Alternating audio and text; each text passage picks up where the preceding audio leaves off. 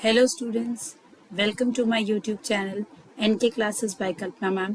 एक ऐसा प्लेटफॉर्म जहां आपको मैथमेटिक्स रिलेटेड सारे कॉन्सेप्ट्स काफ़ी डिटेल में समझाए जाते हैं और मैथमेटिक्स रिलेटेड अगर आपके कोई भी डाउट या क्वेरी है इस प्लेटफॉर्म के थ्रू, इस चैनल के थ्रू आप मुझसे पूछ सकते हैं। आज जो हम क्लास डिस्कस करने जा रहे हैं वो है क्लास 11th का ट्रिग्नोमेट्रिक फंक्शंस, जो हमने ऑलरेडी स्टार्ट कर चुका था। मेरी कुछ पहली वीडियोस में भी अगर आप देखेंगे तो हमने कुछ बेसिक चीज़ें ट्रिग्नोमेट्रिक फंक्शंस की ऑलरेडी डिस्कस कर चुकी हैं। आज जो हम डिस्कस करेंगे वो टॉपिक है ग्राफ्स ऑफ ट्रिग्नोमेट्रिक फंक्शन। अगर आपको याद होगा, इससे पहले वाली वीडियो में जो हमने डिस्कस किया है क्लास 11th के ट्रिग्नोमेट्रिक फंक्शन में, हमने रेंज और डोमेन के बारे में डिस्कस किया था ट्रिग्नोमेट्रिक फंक्शन के, जिसमें मैंने आपको बताया था कि बिना ग्राफ के यूज के आप किस तरीके से डोमेन रेंज निकाल सकते हैं ट्रिग्नोमेट्रिक फंक्शन का। आज जो मैं डिस्कस करूंगी कि हम ग्राफ ऑफ ट्रिग्नोमेट्रिक फंक्शन, ये ट्रिग्नोमेट्रिक फंक्शन जो हमारे पास हैं साइन थीटा, कॉस थीटा, इन सब के ग्राफ कैसे बनते हैं और कैसे होते हैं, कैसे दिखते हैं, और ये ग्राफ के थ्रू भी आप कैसे आइडेंटिफाई कर सकते हैं क्या इस कोई भी गिवन ट्रिग्नोमेट्रिक फंक्शन का डोमेन क्या है, रेंज क्या है, वो चीजें हम डिस्कस करेंगे। तो बढ़ते हैं आगे। तो सबसे पहले हमने ऑलरेडी ये डिस्कस किया था एक यूनिट सर्कल के बारे में, अगर आपको याद होगा, तो मैं इसी यूनिट सर्कल के ऊपर फिर से कुछ डिस्कशन करना चाहूंगी। तो मैं आपको पहले बताऊंगी, हमने इस यूनिट सर्कल का यूज करके ऑलरेडी डिस्कस किया हुआ था कि अगर यहाँ पे एक यूनिट सर्कल मैंने ड्रॉ किया तो ये जो पॉइंट्स हैं, इनके जो कोऑर्डिनेट्स हैं, इसके बारे में हम ऑलरेडी डिस्कस कर चुके थे। ये हमारा ओरिजिन है जिसको हम ओ से डिनोट कर रहे हैं। अब इस पॉइंट को अगर मैं बात करूं, क्योंकि ये यूनिट सर्कल है, यूनिट सर्कल का मतलब क्या होता है, एक सर्कल जिसका रेडियस कितना है 1 यूनिट। तो इस पॉइंट के कोऑर्डिनेट होंगे आपके 1,0, ये वाला कोऑर्डिनेट हो जाएगा 0,1, ये वाला कोऑर्डिनेट हो जाएगा -1,0, और ये वाला कोऑर्डिनेट हो जाएगा 0,-1 और वापस से 1,0। ये यूनिट सर्कल आपके इस ट्रिग्नोमेट्रिक फंक्शन के चैप्टर में बहुत इंपॉर्टेंट रोल प्ले करता है। इसके बारे में मैं ऑलरेडी आपसे डिस्कस कर चुकी हूँ। अगर इस यूनिट सर्कल पे आप कोई भी पॉइंट लेते हैं तो हमेशा उस पॉइंट के कोऑर्डिनेट मैंने आपको बता दिया था क्या होता है, किस फॉर्म में होता है, cos theta, sine theta, depending upon कि ये कौन सा एंगल, ये पर्टिकुलर पॉइंट P जो है वो ओरिजिन के साथ कितना एंगल बना रहा है। सपोज हमने थीटा लिया तो थीटा जो भी होगा उसके हिसाब से जनरली वो पॉइंट जो हमने लिखा है जैसे पॉइंट P, उसके coordinate r cos theta, r sin theta होता है, पर हमारे पास ऑलरेडी r क्या है, 1 है, तो इसलिए फॉर्म क्या आ जाती है हमारे पास, cos थीटा और sin थीटा आ जाती है। तो जब हमारे पास इस सर्कल में कोई भी पॉइंट हम ले रहे हैं उसके कोऑर्डिनेट ये हैं, इसका मतलब ये हुआ कि जब मैं यहाँ, ये हमारे पास होता है 0 डिग्रीज, राइट, इसे हम बोलते हैं 0 डिग्री या 0 रेडियन। यहाँ पे हो गया हमारे पास π/2, राइट, π/2 रेडियन मीन्स 90 डिग्रीज जिसे बोलते हो आप। ये 180 मीन्स इसको आप डिनोट करते हो पाई से। इस वाले पॉइंट को हम बोलते हैं 270 डिग्रीज, दैट इज 3π/2, राइट, और ये हमारे पास आ जाएगा 2π। करेक्ट है यहाँ तक? ये पॉइंट क्लियर है सबको? ये हम ऑलरेडी डिस्कस कर चुके हैं पहले भी। तो ये चीजें हमने जो डिस्कस की थी, इसमें हमने क्या डिस्कस किया, क्या देख पाए हम इस यूनिट सर्कल से? इस यूनिट सर्कल के थ्रू हम ये तो ऑब्जर्व कर पाए हैं कि जो हमारे ये वैल्यूज हैं, right, cos theta, sine theta, तो इसका मतलब पहला वाला कोऑर्डिनेट आपका कॉस थीटा डिनोट कर रहा है और दूसरा आपका साइन थीटा डिनोट कर रहा है। तो कॉस थीटा की अगर वैल्यू देखिए, ये क्वाड्रेंट्स भी हम डिस्कस कर चुके थे। ये हमारा होता है फर्स्ट क्वाड्रेंट, ये हमारे पास है सेकंड क्वाड्रेंट, ये थर्ड क्वाड्रेंट है, और ये हमारे पास फोर्थ क्वाड्रेंट है। तो अगर हम फर्स्ट क्वाड्रेंट की बात करें बेटा, तो फर्स्ट क्वाड्रेंट में आपको क्लियरली दिख रहा है कि जो कॉस थीटा है, ये हमारे पास कॉस थीटा, ये हमारे पास साइन थीटा है। तो पहले हम साइन थीटा की बात कर लेते हैं। फर्स्ट ट्रिग्नोमेट्रिक फंक्शन हम साइन थीटा ले लेते हैं। तो साइन थीटा की वैल्यू आप देख रहे हैं, देखिए 0 से लेके अगर π/2, यहाँ पे है आपका π/2, सो 0 से लेके π/2 जब आप वैल्यू बन रहे हैं, मतलब 0 डिग्री से लेके 90 डिग्रीज के बीच में फर्स्ट क्वाड्रेंट में साइन थीटा की वैल्यू 0 से कहाँ पहुंच रही है, 1। इसका मतलब जब मैं 0 से 90 डिग्रीज की बात कर रही हूँ तो मेरा जो साइन थीटा का वैल्यू है वो कहाँ से कहाँ जा रही है, 0 से 1। तो 0 से 1 वो इंक्रीज हो रही है ना। आप इसके बीच में, हम 0 से 90 के बीच में कौन कौन से एंगल हमने पढ़े हुए हैं, ऑलरेडी पढ़ा है, 30 degree, 45 degree, 60 degree, 90 degrees, right. तो 0 डिग्री में तो हमारे पास साइन की वैल्यू कितनी होती है, 0 होती है।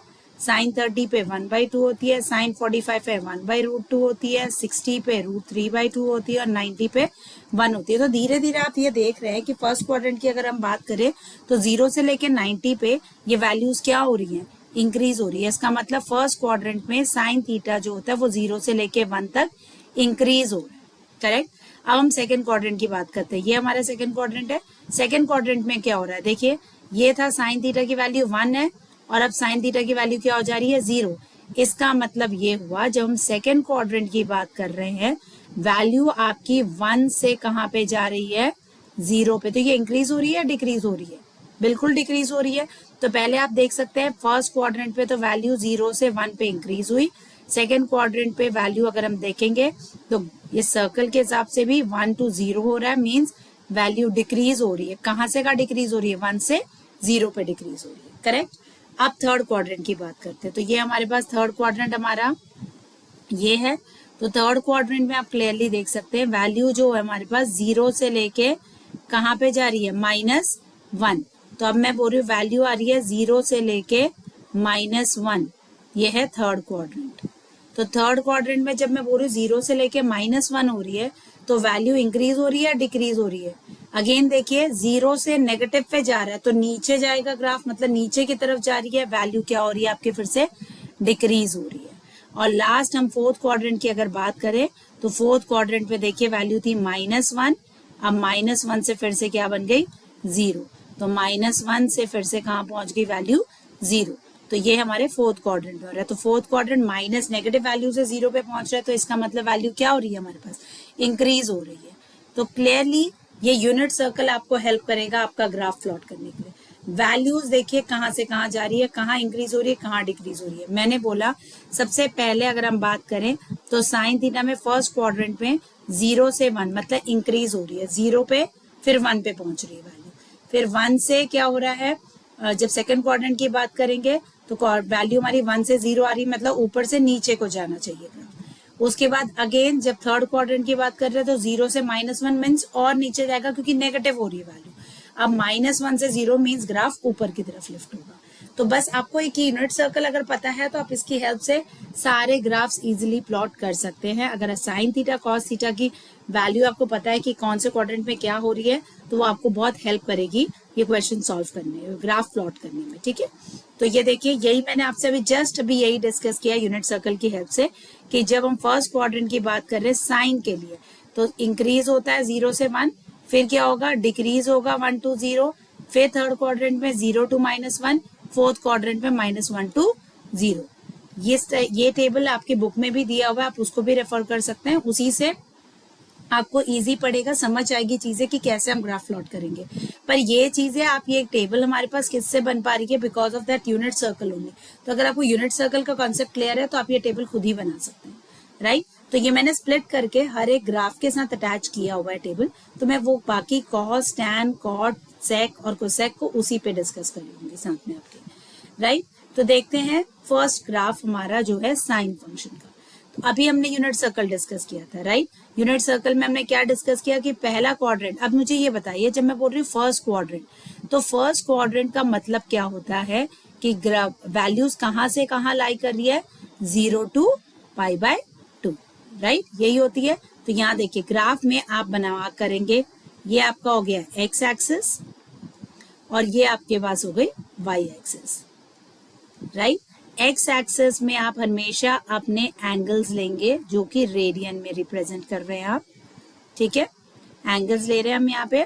और वाई एक्सिस में हम उनकी वैल्यूज रिप्रेजेंट कर रहे हैं जो कि रियल नंबर होगी, राइट।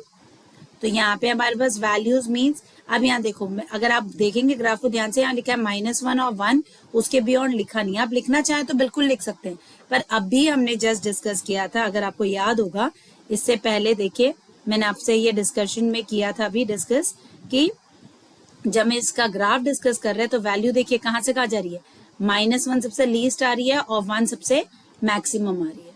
तो इसका मतलब ग्राफ -1 से 1 के बीच में ही बनेगा, राइट। तो अब हम उसको प्लॉट कर लेते हैं। यहाँ देखिए, तो अब इसलिए हमने वाई एक्सिस में -1 और 1 मार्क कर लिया। अब मुझे एंगल्स पता है, एक होगा 0, एक मैं लूंगी π/2, देखिए 0, नेक्स्ट आएगा आपका π/2, फिर नेक्स्ट ये तो फर्स्ट क्वाड्रेंट को रिप्रेजेंट कर रहा है, फिर π/2 से नेक्स्ट पाई तक आपका क्या हो जाएगा सेकेंड क्वाड्रेंट, फिर पाई से 3π/2 तक क्या हो जाएगा आपके पास थर्ड क्वाड्रेंट, और 3π/2 से 2π आपके पास क्या हो जाएगा फोर्थ क्वाड्रेंट। इसका मतलब ये नहीं है कि ग्राफ यहीं पे स्टॉप हो जाएगा, ये ग्राफ कंटिन्यूस है, ये आगे आपका इसी तरीके से रिपीट होता जाएगा, पीरियोडिक है ये, ठीक है, सेम वे में फॉलो होता जाएगा। अब आप इसका लेफ्ट साइड में भी ले सकते हैं, देखिए ये एंगल्स हम लेफ्ट साइड पे भी तो प्लॉट होंगे, दैट इज 0 तो एज इट इज रहेगा, -π/2 बन सकता है, देन -π, देन -3π/2 एंड देन -2π, ठीक है। तो अब ग्राफ प्लॉट करते हैं। सबसे पहले हमने बोला है कि फर्स्ट क्वाड्रेंट की अगर हम बात करें तो it decreases from 0 to increases from 0 to 1, तो ये दिख रहा है आपको 0, तो ये देखिए 0 से π/2 आप धीरे धीरे अगर वैल्यूज प्लॉट करेंगे, जैसे हम 30 होता है बीच में, है ना, 30 डिग्री दैट इज π/6 को डिनोट करते हो आप, देन उसके बाद 45 डिग्री होता है तो π/4 आता है इसके बीच में, फिर π/3 आएगा, फिर π/2 आएगा। तो ये वैल्यूज अगर आप देखेंगे इनके करस्पॉन्डिंग वैल्यूज धीरे धीरे धीरे इंक्रीज हो रही है, और फाइनली π/2 पे वैल्यू कितनी बन जाती है आपकी 1, ये दिख रहा है आपको 1, π/2 पे आपकी वैल्यू कितनी बन जा रही है 1। तो ये ग्राफ धीरे धीरे धीरे धीरे इंक्रीज हुआ और यहाँ पे मिल गया दैट इज 1 पे पहुंच गया, ठीक है, π/2 पे ये 1 पे पहुंच गया। उसके बाद हमें पता है सेकंड क्वाड्रेंट में 1 से ये 0 की तरफ डिक्रीज होगा, तो इसका मतलब वैल्यू धीरे धीरे धीरे धीरे नीचे जा रही है, और कहाँ हो रही है 0 पे, ये है 0, कौन सी वैल्यू पे पाई पे हो रही है, देखिए क्योंकि सेकंड क्वाड्रेंट π/2 से पाई था आपके पास, ठीक है। इसी तरीके से π/2 से पाई से नेक्स्ट अगर आप थर्ड क्वाड्रेंट पे बढ़ेंगे तो डिक्रीजेस फ्रॉम 0 to -1, और डिक्रीज हो रही है वैल्यू, 0 से कहाँ पहुंच रही है ये -1, ये हमारे पास -1 है, ये देखिए ये करस्पॉन्डिंग वैल्यू है -1, तो 3π/2 पे ये वैल्यू क्या हो जा रही है -1, यहाँ पे आ गया -1।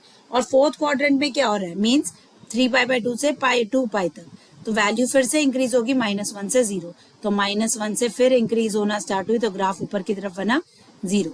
और 2π के बाद अगर आप देखेंगे तो हमें पता है 2π के बाद वैल्यूज फिर से रिपीट होना स्टार्ट हो जाएंगी, तो ग्राफ भी आपका सेम इसी तरीके से आगे प्रोसीड होता जाएगा। सेम वे आप लेफ्ट साइड में भी मूव कर सकते हैं, जब 0 से -π/2 जाएंगे तो ये डिक्रीज होगी -1 तक, फिर -π/2 से पाई पे जाएंगे तो ये फर्दर इंक्रीज हो रही है 0 तक, फिर 0 से फर्दर इंक्रीज हो रही है कहाँ के लिए 1 के लिए, ये देखिए दिख रहा है आपको 1, और फिर कहाँ जा रही है -2π पे, ये फिर से 0 पे। इसी तरीके से ये लेफ्ट साइड में भी प्रोसीड होगा। तो ये ग्राफ अगर आप देखेंगे ये पीरियोडिक है और ये कंटिन्यूअस है, इसी तरीके से ये रिपीट होता जाएगा। तो यूजिंग दिस ग्राफ हम इजीली बता सकते हैं कि अगर मैं आपसे इससे पूछूं कि मुझे बताइए कि जब मैं साइन फंक्शन का बात कर रही हूं आपसे, तो साइन फंक्शन का या साइन थीटा का मुझे ये बताइए कि डोमेन क्या होता है। तो डोमेन आप क्लियरली देख रहे हैं, मैंने ये ऑलरेडी पिछली क्लास में डिस्कस किया आपके साथ। डोमेन मतलब all the possible values of x that can take, right. So ये एक्स यहाँ पे हमने थीटा डिनोट किया, तो क्या पॉसिबल वैल्यूज थीटा ले पा रहा है, आप देख सकते हैं सारी पॉसिबल वैल्यूज ले सकता है थीटा। तो इसका मतलब इसकी डोमेन क्या हो गया, ऑल रियल नंबर्स। और रेंज क्या देता है, जो उसका आंसर है। मैंने पिछले बार में भी लिखा था आपको y is equal to sine x, अगर एक फंक्शन लिख रही हूँ तो x आपका डोमेन डिफाइन करेगा और y आपका क्या देगा आपको रेंज। तो उसका आंसर क्या पॉसिबल है, तो आंसर आप क्लियरली देख पा रहे हैं -1 से लेके 1 के बीच में ही वैल्यूज एक्सिस्ट कर रही है, तो इसकी रेंज आपके पास क्या आ गई, close interval -1 to 1। Close interval का मतलब होता है -1 और 1 भी इंक्लूड होंगे, ये दो पॉसिबल वैल्यूज भी होंगी, राइट। सो हमारे पास यहाँ पे वैल्यूज आ गई -1 to 1। तो इस ग्राफ के थ्रू भी देखिए आप इजीली आइडेंटिफाई कर सकते हैं कि इस फंक्शन का, साइन फंक्शन का डोमेन क्या है और इसका रेंज क्या है। आई होप सो आपको साइन फंक्शन क्लियर हो गया होगा। इसी तरीके से जैसे अगर आपको साइन क्लियर है तो नेक्स्ट फंक्शन हमारा आता है कॉस फंक्शन। कॉस फंक्शन भी सिमिलर है, बस वैल्यूज आपको पता है कॉस और साइन में रिवर्स हो जाती है, तो उसी तरीके से ग्राफ भी चेंज हो रहा है। देखिए जब मैं cos 0 की बात करती हूँ, cos 0 होता है 1, आपको दिख रहा है 0.1 पे मार्क किया हुआ है 0 पे। देन π/2 पे क्या होता है, 0 होता है cos, तो ये देखिए यहाँ 0 पे टच हो रहा है, ठीक है। तो देखिए फर्स्ट क्वाड्रेंट ये है, ये हमारे पास सेकंड क्वाड्रेंट के लिए है, ये थर्ड क्वाड्रेंट है और ये हमारे पास फोर्थ क्वाड्रेंट है। तो first quadrant it decreases from 1 to 0। तो अगर आप फर्स्ट क्वाड्रेंट की बात करेंगे देखिए 1 से लेके 0 पे डिक्रीज हो रहा है π/2 तक, ये हो गया फर्स्ट क्वाड्रेंट की कंप्लीशन। उसके बाद सेकंड क्वाड्रेंट की बात करूं, decreases from 0 to -1। So second quadrant π/2 से पाई होगा, तो देखिए ग्राफ और नीचे जा रहा है, 0 से कहाँ पहुंच गया, ये -1 के करस्पॉन्डिंग पहुंच गया यहाँ पे। ठीक है, तो पाई पे -1 हो गई वैल्यू। उसके बाद फर्दर बोलेंगे अगर हम थर्ड क्वाड्रेंट, तो अब इंक्रीज होना स्टार्ट होगा और -1 से ग्राफ कहाँ पहुंचेगा, 0। तो यहाँ से आपका ग्राफ कहाँ पहुंच गया, 0। और फाइनली ये वैल्यू आपकी क्या रिप्रेजेंट कर रही है, 3π/2। ठीक है, और फिर 3π/2 से 2π पे मीन्स लास्ट फोर्थ क्वाड्रेंट की बात करूं तो ये फिर से इंक्रीज होगा और आपका कहाँ पहुंच जाएगा, 1 पे। इसी तरीके से 2π के बाद रिपीट होना स्टार्ट होगा। Same happens on the left hand side. तो कॉस और साइन का सिमिलर टाइप का ग्राफ है, आप याद रख सकते हैं इजीली, और प्लॉट करना कोई डिफिकल्टी भी नहीं होगी आपको, इजीली आप प्लॉट कर सकते हैं। तो इसी के थ्रू अगेन मैं अगर देखना चाहूँ कि मुझे अगर कॉस थीटा का या फिर कॉस एक्स का मैं लिखूं, मैंने आपसे पूछा मुझे बताइए कि इसका डोमेन क्या होगा, तो इसका डोमेन क्या होगा, ऑल रियल नंबर्स। आप देख सकते हैं एक्स में ऑल पॉसिबल वैल्यूज ये ले पा रहा है।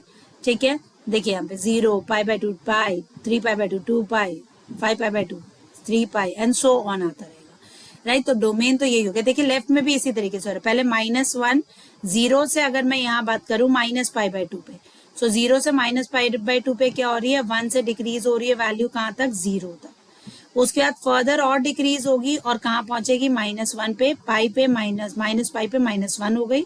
फर्दर इंक्रीज हो रही है 3π पे -3π/2 तक, ये कितनी हो जा रही है, 0। और फिर फर्दर इंक्रीज होके कहाँ पहुंच जा रही है, 1। इसी तरीके से ग्राफ यहाँ पे भी कंटिन्यूस रहेगा। सो ये एक पीरियोडिक फंक्शन है जो आपका कंटिन्यूसली चलता रहेगा, इस साइड भी, लेफ्ट साइड भी और राइट साइड भी। ठीक है, क्योंकि 2π के बाद हमें पता है वैल्यूज क्या होनी स्टार्ट हो जाएंगी, रिपीट होनी स्टार्ट हो जाएंगी। सो डोमेन हमारे पास R हो गया। अब इसकी रेंज की बात करें तो इसका जो रेंज होगा वो क्या होगा, वैल्यूज अगेन आप देखिए ग्राफ कहीं पे भी -1 से नीचे जा रहा है, नहीं, देखिए -1 -1 -1 -1, ये ग्राफ कहीं पे भी -1 से नीचे नहीं जा रहा। इसका मतलब इसकी वैल्यूज -1 से लेके और अपर में देखेंगे तो देखिए 1 1 1 और 1 1 के बियॉन्ड कहीं नहीं एक्सीड कर रहा। तो इसका मतलब इसकी रेंज हो गई -1 से 1, close interval, like just like what we have done in sine function. ठीक है, ये हो गया हमारे पास साइन का ग्राफ, कॉस का ग्राफ। आई होप सो ये दोनों पॉइंट आपको क्लियर हो गए होंगे। इनके थ्रू हमने डोमेन और रेंज भी डिस्कस कर ली कि अगर हमें ग्राफ की बात करें तो साइन और कॉस के ग्राफ में हमारे पास कैसे वैल्यूज आएंगे और क्या उसका डोमेन और क्या उसकी रेंज होगी। ठीक है, बढ़ते हैं आगे।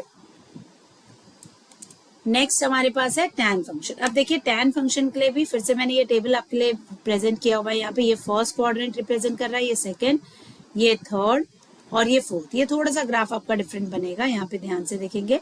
tan x की बात कर रही हूँ जब मैं, और ये ग्राफ्स मैंने आपके टेक्स्ट बुक से ही लिए हैं सो दैट आपको रिलेट करना ईजी पड़े, राइट। तो tan x का ग्राफ अगर हम बात करें फर्स्ट क्वाड्रेंट में, tan की वैल्यू दैट इज कहाँ से कहाँ होगी, वैल्यू आपकी कहाँ से होगी, एंगल होगा 0 से लेके π/2। तो 0 से लेके π/2 में वैल्यू जो हो रही है वो इंक्रीज हो रही है 0 से इन्फिनिटी, क्योंकि आपको पता है tan 0 क्या होता है, हमारा 0 होता है, और tan 90 कितना होता है, नॉट डिफाइंड लिखते हो आप, है ना। तो यहाँ से ग्राफ धीरे धीरे धीरे धीरे इंक्रीज होके कहाँ तक पहुंच गया, इन्फिनिटी तक, नॉट डिफाइंड। तो π/2 पे एक डॉटेड लाइन बनाइए ये दिखाने के लिए कि ये जो ग्राफ आपने प्लॉट किया है ये π/2 को कहीं टच नहीं करेगा, क्योंकि वो एक फिक्स वैल्यू नहीं है π/2 पे। π/2 पे एक फंक्शन वैल्यू ऐसी आ रही है जो कि डिफाइंड नहीं है, तो वो उसके पैरेलल बना दिए। Is it clear. और इसी तरीके से जब सेकंड क्वाड्रेंट की बात करेंगे दैट इज π/2 से लेके पाई की बात कर रही हूँ, π/2 से लेके पाई की बात करेंगे तो वैल्यू हमारी क्या बोली है, -∞ से 0 आएगी। तो देखिए -∞ नीचे की तरफ से होगा, तो नीचे की तरफ से आपके पास इंक्रीज होके कहाँ तक पहुंच गया, 0 पे। आगे बात समझे। फर्स्ट क्वाड्रेंट में 0 से लेके पाई इंक्रीज हो, इन्फिनिटी इंक्रीज हो रहा है, और सेकेंड क्वाड्रेंट में -∞ से लेके 0 तक इंक्रीज हो रहा है, करेक्ट। थर्ड क्वाड्रेंट की बात करें तो it increases from 0 to pi infinity. तो थर्ड क्वाड्रेंट में 0 से लेके ये कहाँ इंक्रीज हो रहा है, ये देखिए ग्राफ बनता जा रहा है इन्फिनिटी पे। अगेन 3π/2 पे ये टच नहीं होगा। आपको मैंने ये ऐसे भी एक्सप्लेन किया था, अगर आपको याद होगा, tan थीटा को हम लिख सकते हैं sin theta upon cos theta. तो हमें ये ध्यान रखना है कि डिनोमिनेटर 0 नहीं होगा, और cos कहाँ 0 होता है। अगर आपको यूनिट सर्कल ध्यान हो तो मैंने आपको ये बताया, इसमें फर्स्ट कोऑर्डिनेट आपका cos ही रिप्रेजेंट कर रहा होता है, सेकंड क्या करता है आपका साइन करता है। तो ये वैल्यू तो 1, 0 और यहाँ पे होता है देखिए 0, 1। तो मीन्स जितने भी ऑड मल्टीपल ऑफ 5/2 आते हैं वहां पे कॉस की वैल्यू 0 होती है, तो तभी तो यहाँ पे जब 0 हो जाएगी अगर वैल्यू, तो ये फंक्शन तो नॉट डिफाइंड हो जाएगा ना। तभी तो देखिए π/2 3π/2 पे वैल्यूज कहाँ पहुंच जा रही है, इन्फिनिटी पे, राइट। ये देखिए π/2 पे यहाँ पे भी इन्फिनिटी पे पहुंच रही है, -π/2 में यहाँ नीचे की तरफ इन्फिनिटी पहुंच रही है। तो इसका ग्राफ कुछ इसी तरीके से बनेगा। फोर्थ क्वाड्रेंट में -∞ to 0, तो अगेन ये -∞ to 0 इस तरीके से, राइट। तो ये आपको ध्यान रखना है, π/2 पे ये कहीं पे भी टच नहीं करेगा, तो इसका ग्राफ कुछ इसी तरीके से रिपीट होता रहेगा। आप देखेंगे तो हर पाई इंटरवल पे ये रिपीट होना स्टार्ट हो जाएगा इसका ग्राफ, राइट। तो इसमें अगर मैं आपसे पूछूंगी, अब मुझे बताइए कि y = tan x अगर मैंने लिखा है तो इसका डोमेन क्या होगा।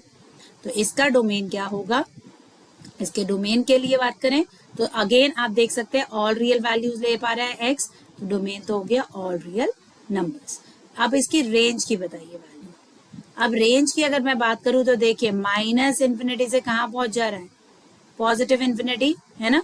तो सारे पॉसिबल नंबर्स आ रहे हैं, तो मैं बिल्कुल लिख सकती हूँ इट इज फ्रॉम -∞ to +∞। अब जब मैं ये चीज लिख रही हूँ, यहाँ पे मैंने ओपन इंटरवल डाली और मैंने आपको ये पहले भी एक्सप्लेन किया था कि जब हम ओपन इंटरवल डालते हैं इसका मतलब होता है कि ये पॉइंट्स ओपन, मतलब क्योंकि इन्फिनिटी कोई डिफाइंड नंबर नहीं है कि आप बोलेंगे ये चीजें इंक्लूडेड है, राइट। तो इसलिए हमेशा जब भी आप इन्फिनिटी डाल रहे हैं तो वहां पे आपको ओपन इंटरवल डालनी है। तो रेंज क्या हो गई इसकी, सारे पॉसिबल रियल नंबर्स ले सकता है ये, नेगेटिव और पॉजिटिव, तो -∞ to ∞ भी बोल सकते हैं और ऑल रियल नंबर्स भी बोल सकते हैं, राइट। तो ये तो हो गया हमारा tan। अब कोसेक पे बढ़ते हैं आगे। नेक्स्ट फंक्शन हमारे पास है कोसेक एक्स, है ना। तो कोसेक एक्स का ग्राफ जरा ध्यान से देखेंगे। कोसेक एक्स के लिए ग्राफ को इजीली आप कैसे याद रख सकते हैं वो मैं आपको बता देती हूँ। आपको साइन का ग्राफ पता होना चाहिए। अगर आपको साइन का ग्राफ याद है ना तो आप कोसेक इजीली बना लेंगे। देखिए साइन के लिए आपको पता है साइन का रेसिप्रोकल होता है कोसेक, ठीक है। तो कोसेक बनाने के लिए मैं पहले यहाँ पे आपको ड्रॉ करके दिखा देती हूँ साइन का। साइन का क्या होगा, 0 to π/2 पे 1 पहुंचेगा, फिर उसके बाद पाई पे वो नीचे आएगा 0 पे, यहाँ पे 0 पे आ जाएगा। फिर उसके बाद क्या होगा, 3π/2 पे वो -1 पे आएगा कुछ इस तरीके से, और 2π पे फिर इधर आएगा, ठीक है। सेम वे यहाँ से भी देखिए, ये पहले यहाँ -1 पहुंचेगा, फिर ये 0 पे आ जाएगा, फिर यहाँ से भी ऊपर जाएगा तो यहाँ पे आएगा, और फिर इस तरीके से नीचे आ जाएगा। तो अगर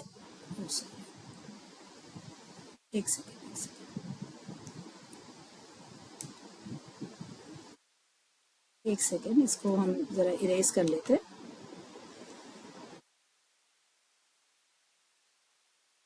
इसको इरेज कर देती हूँ, मैं री बना लेती हूँ, ठीक है। अब मैं यहाँ पे री बना देती हूँ आपके लिए। तो यहाँ से ये देखिए ये गया यहाँ पे, और ये यहाँ से 2π पे इस पॉइंट पे आ जाएगा, कुछ इस तरीके से बनेगा। ये हो गया आपका किसका ग्राफ, साइन का ग्राफ मैंने आपके लिए प्लॉट किया।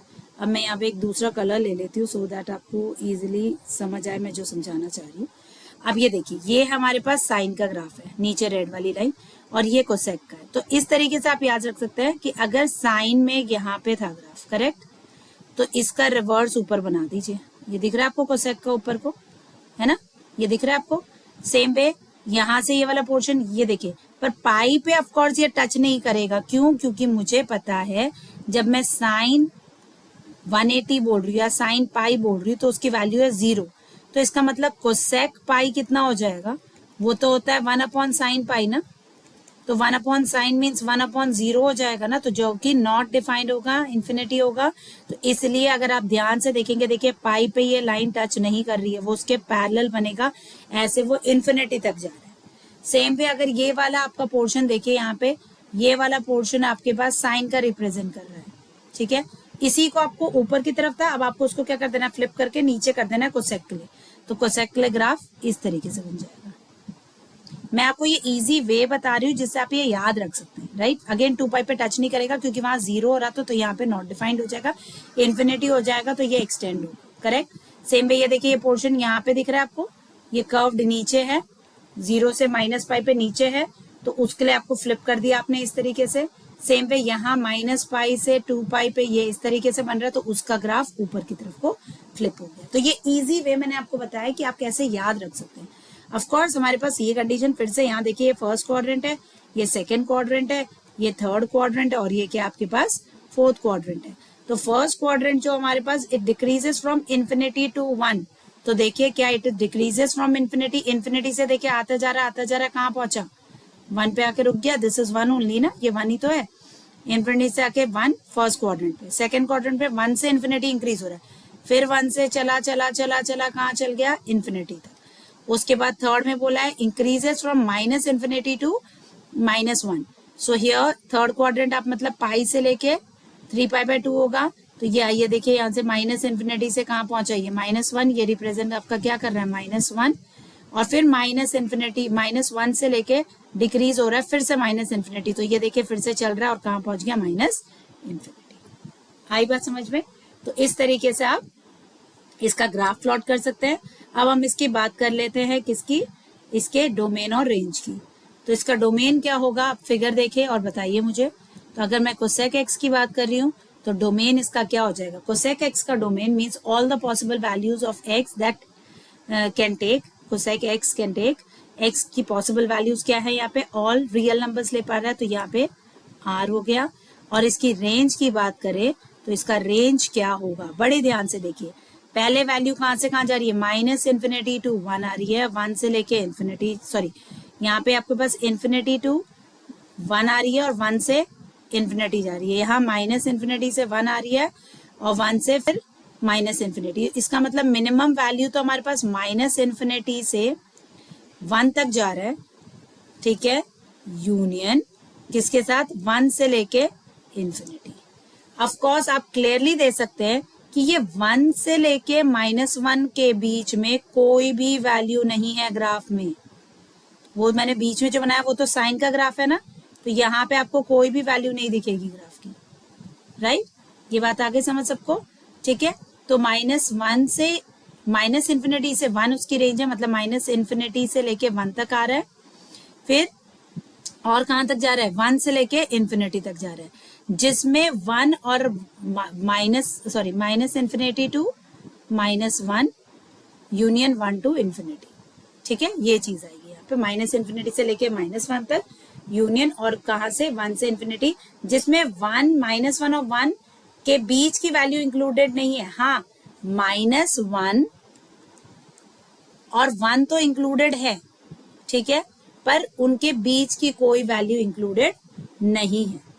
आई होप सो आपको ये बात समझ आ रही है मैं क्या समझा रही हूँ, राइट। नेक्स्ट अब हम डिस्कस करेंगे नेक्स्ट फंक्शन, और हमारा नेक्स्ट फंक्शन जो है वो है, तो नेक्स्ट जो हम डिस्कस करेंगे ग्राफ वो है सेक एक्स। उससे पहले जब हम ये रेंज लिख रहे हैं बेटा, अगर आपको याद होगा मैंने अपने पहले उसमें भी आपको बताया था, इसको मैं दूसरे वे से भी लिख सकती हूँ। तो यहाँ जब हम रेंज लिख रहे हैं ये है माइनस इन्फिनिटी से लेके -1, जिसमें -1 पॉसिबल वैल्यू है, तो यहाँ आपके पास इंटरवल जो हो जाएगी वो कैसी इंटरवल होगी, क्लोज इंटरवल -1, और 1 भी इंक्लूडेड है तो यूनियन 1 से लेके इन्फिनिटी, राइट। तो यहाँ क्लोज इंटरवल होगा, ऑफकोर्स इन्फिनिटी के साइड में आपके पास ओपन इंटरवल होगी। इसी को मैं दूसरे वे से कैसे लिख सकती हूँ, ऑल रियल नंबर्स -1 से लेके 1, ठीक है। तो सारे रियल नंबर्स एक्सेप्ट इन दोनों को, -1 और 1 को एक्सेप्ट करके उनके बीच की कोई भी वैल्यू आपके पास रेंज में नहीं आ सकती। सो ये हमारे पास क्या हो गया, कोसेक एक्स का ग्राफ। इसी तरीके से हम सेक एक्स का ग्राफ भी कर सकते हैं। अगर आपको कॉस का ग्राफ पता है बेटा तो जस्ट वही इजी वे है, आपको रिवर्स करके आप लर्न कर सकते हैं इस चीज को। सेम वे अगर आपको याद होगा इसका भी डोमेन जब मैंने डिस्कस किया था, ये ग्राफ मैं आपको फिर से एक बार उसके हेल्प से बता देती हूँ। अगर मैं इसमें उसका ग्राफ बना लेते हैं हम कॉस का, नीचे ये देखिए 0 पे हमें पता है कॉस 0 कितना होता है, 1 होता है या 0 होता है, 1 होता है।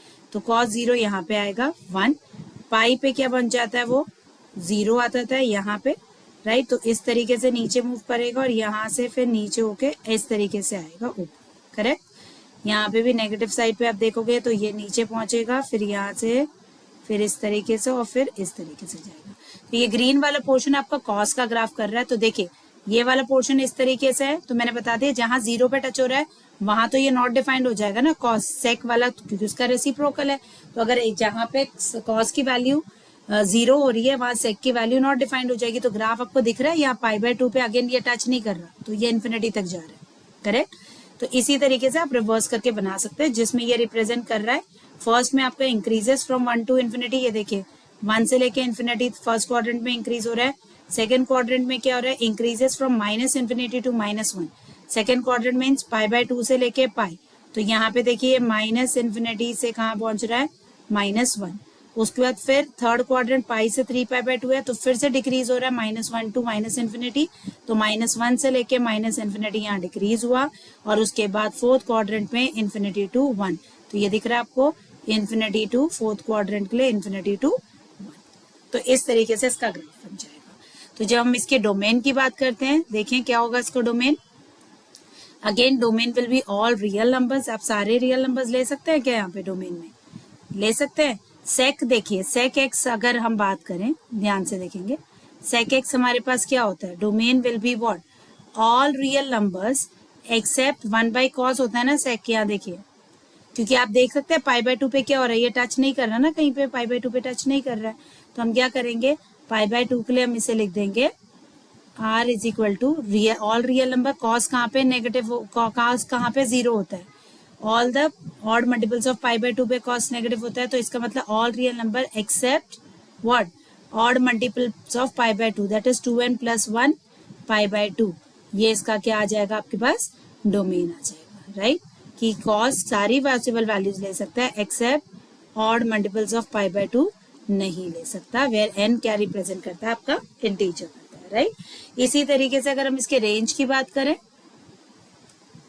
तो इसका रेंज क्या होगा, इसका रेंज भी सिमिलर है सेक को, सेक की तरह देखिए कहाँ से कहाँ जा रहा है आपके पास, सेम -इन्फिनिटी से -1 तक आएगी value, union 1 to infinity, correct. ये इसका रेंज हो जाएगा, राइट। इसके बाद हमारे पास एक लास्ट बचता है, दैट इज व्हाट, कॉटेक्स। तो कॉटेक्स की अगर हम बात करें, तो कॉटेक्स में हमारे पास क्या हो जाएगा, कॉटेक्स के फंक्शन में अगेन ये फर्स्ट क्वाड्रेंट, ये सेकंड क्वाड्रेंट, ये थर्ड क्वाड्रेंट, फोर्थ क्वाड्रेंट। इसको भी आप उसी तरीके रख सकते हैं। अगर टैन का आपको याद है, टैन का रिवर्स ऑफ ग्राफ प्लॉट कर लेंगे तो आपका बन जाएगा कॉट का ग्राफ। तो it decreases from infinity to 0। First quadrant पे देखिए इन्फिनिटी से 0 पे आ रहा है, बिल्कुल आ रहा है इन्फिनिटी से 0 पे, ये रहा। फिर उसके बाद क्या है, सेकेंड क्वाड्रेंट पे 0 से -इन्फिनिटी, 0 से -इन्फिनिटी जा रहा है। थर्ड क्वाड्रेंट में फिर से इन्फिनिटी से 0 पे आ रहा है, और यहाँ से फिर से डिक्रीजेस फ्रॉम 0 टू -इन्फिनिटी। तो अब अगर मैं कॉट की बात करूंगी, तो कॉट एक्स को हम लिख सकते हैं what, cos x upon sin x। तो इसका डोमेन क्या हो जाएगा, इसका डोमेन हो जाएगा all real numbers except what, integral multiple of pi, क्योंकि साइन वहां पे 0 हो जाएगा। तो ये उसका डोमेन हो गया, क्योंकि आप देख सकते हैं ना यहाँ ग्राफ टच नहीं कर रहा है, राइट, पाई वाली वैल्यूज पे। और उसके बाद आपके पास रेंज क्या हो जाएगी, इसकी रेंज ये होगी, दैट इज ये सारे आंसर्स के पॉसिबल हैं, -इन्फिनिटी से लेके कहाँ पे आ रहा है, इन्फिनिटी। इसका मतलब इसका ऑल रियल नंबर इसकी रेंज है, ठीक है। इसमें एक चीज मैं और बताना चाहूंगी आपको, तो इसमें ये चीज हमको ध्यान रखनी है कि हम किस तरीके से डोमेन और रेंज लिख रहे हैं, किस तरीके से ग्राफ प्लॉट कर रहे हैं। एक फाइनल चीज में मैं आपको दिखा दूं कि इसके थ्रू आप ये टेबल आप ध्यान से लिख सकते हैं अपने पास, जिसमें हमने सारे डोमेन और रेंज लिखे हैं। अगर साइन फंक्शन देखेंगे तो उसका डोमेन है -इन्फिनिटी टू इन्फिनिटी, जिसको हम आर भी बोलते हैं, और रेंज -1 से 1, जिसमें दोनों इंक्लूडेड है। सो -1 to 1 इंक्लूडेड बोथ, राइट। इसी तरीके से अगर कॉस की भी बात करें, तो हमारे पास कॉस के भी सेम वैल्यूज रहेगी। मैं ये कलर थोड़ा चेंज कर लेती हूँ, थोड़ा हाईलाइट हो जाए चीजें। ओके, तो यहाँ पे भी डोमेन हमारे पास रियल नंबर्स ही रहेंगे। रेंज हमारे पास रहेगी -1 to 1, और यहाँ पे टेंजेंट की बात करें, दैट इज tan थीटा की, तो इसमें हमारे पास all real numbers except odd multiples of π/2 नहीं हो सकता, राइट। इसमें रेंज ऑल रियल नंबर्स, जिसको आप -इन्फिनिटी टू इन्फिनिटी भी बोल सकते हैं। अगेन यहाँ पे क्या होगा, ऑल रियल नंबर्स एक्सेप्ट और pi, integral multiples of pi नहीं होंगे, और यहाँ पे all real numbers means in -minus infinity to infinity इसकी रेंज होगी। सेम वे सीकेंड की अगर बात करें तो all real number except odd multiples of pi by 2। So here हम लिख सकते हैं इसको 2n+1 पाई बाई 2, ये नहीं होगा। और इसमें भी मैंने आपको ये बताया था ये सारे रियल नंबर्स है एक्सेप्ट क्या -1 से लेके 1 इंक्लूड नहीं होगा इसमें। Same way all real numbers, और जिसमें n पाई नहीं इंक्लूड हो सकता क्योंकि वहां पे आपके साइन की वैल्यू क्या हो जाती है 0। और ये अगेन वैल्यू क्या हो जाएगी आपकी रेंज -∞ से -1 यूनियन 1 to ∞, जिसमें -1 और 1 इंक्लूडेड है पर उनके बीच की वैल्यूज इंक्लूडेड नहीं है। आई होप सो आज का वीडियो आपको हेल्पफुल लगा होगा। इस चीज में आपको ये टॉपिक आज जो हमने डिस्कस करा, जो बड़े ध्यान से आपको पढ़ने की जरूरत है कि हम sine, cosine, tangent, cotangent, secant, cosecant, इनके ग्राफ किस तरीके से प्लॉट करते हैं, और हम इनका ग्राफ के साथ इनके डोमेन और रेंज के लिए भी आपको प्रॉपर पता होना चाहिए, जो हमने इस पूरी वीडियो में आज आपके साथ मैंने डिस्कस किया। जैसे सेक, कोसेक, ये सारी चीजें हमने डिस्कस करी थी। बस एक चीज में और यहाँ पे करेक्ट आपको करना चाहूंगी कि कोसेक एक्स की जब हम बात कर रहे हैं तो यहाँ कोसेक एक्स में हमने डोमेन लिखा है आर, जो कि आर नहीं होना चाहिए था, क्या होना चाहिए 1/sin है, तो डोमेन क्या हो जाएगा आर, साइन कहाँ 0 हो रहा है n पाई, सो r माइनस n पाई, राइट। तो इस तरीके से आप किसी भी फंक्शन का डोमेन, रेंज बता सकते हैं, उसके ग्राफ प्लॉट कर सकते हैं। ये टेबल आपको अच्छी तरह से याद रखनी है, जो आपको हेल्प करेगी अपने इन कॉन्सेप्ट को याद रखने में, रिवाइज करने के लिए। आई होप सो आज का वीडियो आपको यूजफुल लगा हो, इंफॉर्मेटिव लगा हो। अगर आपकी कोई भी क्वेरी है प्लीज मुझसे पूछिए इस चैनल के थ्रू, और do like and subscribe my this channel NK classes by Kalpana ma'am. मिलते हैं अपने नेक्स्ट वीडियो में for the next topic. Thank you.